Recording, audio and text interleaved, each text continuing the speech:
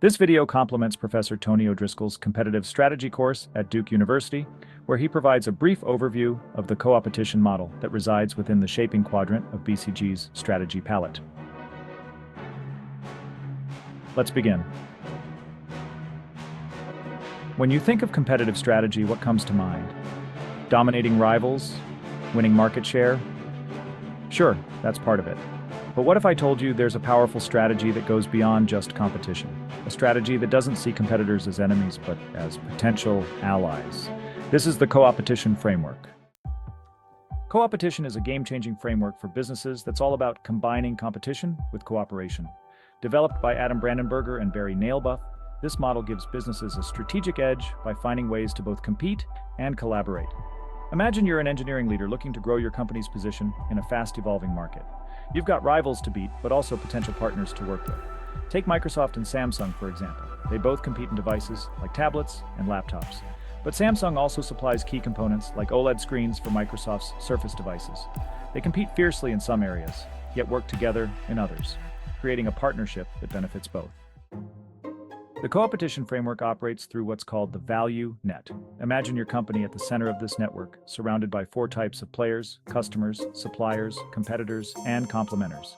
These groups all influence how you operate, and understanding each one is key to creating more value.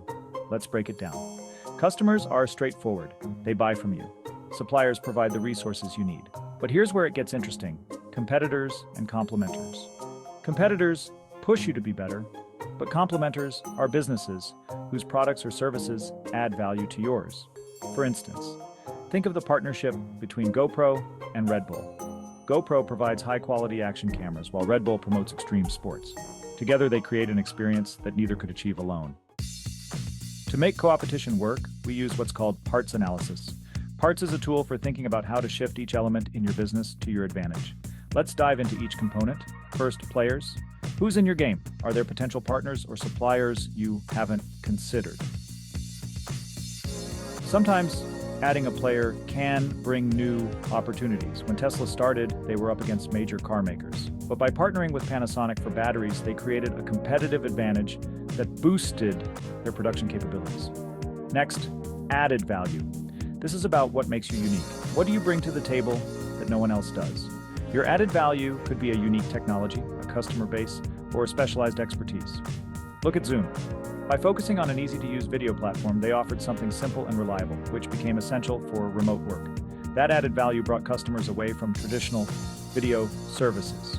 Rules are the guidelines of the game: policies, regulations, and industry standards. How can you use these to your advantage? For example, pharmaceutical companies face strict regulatory rules, but companies like Pfizer and BioNTech navigated these rules skillfully during the COVID-19 pandemic, using the fast-track processes to accelerate vaccine development and establish dominance. Then we have tactics. Tactics are about influencing how other players perceive their choices. Think of Airbnb. Instead of competing head-on with hotels, they changed the game by offering unique stays with local hosts, shifting customer perception of what accommodations could be. Finally, scope. Scope defines the boundaries of your business, what products you offer and what markets you serve. Spotify, originally just a music streaming service, expanded its scope into podcasts. This move not only grew its market share, but also brought in new customers, increasing its competitive strength. So how do you put co-opetition into action? Let's look at how businesses use this model in real life. Consider how Ford and Google approached self-driving technology. Instead of competing, they partnered, combining Ford's automotive experience with Google's AI expertise. This co-opetition helps both companies innovate faster and keeps them relevant in the autonomous vehicle race. Or take Visa and MasterCard. These two giants are competitors, but they also collaborate on setting industry standards, making credit card usage safer and more reliable worldwide. By working together, they create a stable ecosystem that benefits everyone, including themselves. So, why does co-opetition matter for you as an engineering leader or strategist? In today's interconnected business world, going it alone isn't always the best path to success. Co-opetition lets you leverage partnerships to reach goals faster, unlock new resources, and ultimately create more value for customers. This framework gives you a flexible approach to handle today's dynamic markets. where alliances can shift as quickly as competitive advantages do. Think about it. In engineering, innovation often depends on shared ideas and resources. Co-opetition encourages you to look at competitors as potential partners who can push you toward your goals. As Professor Tony O'Driscoll would say, strategy isn't just about choosing a side.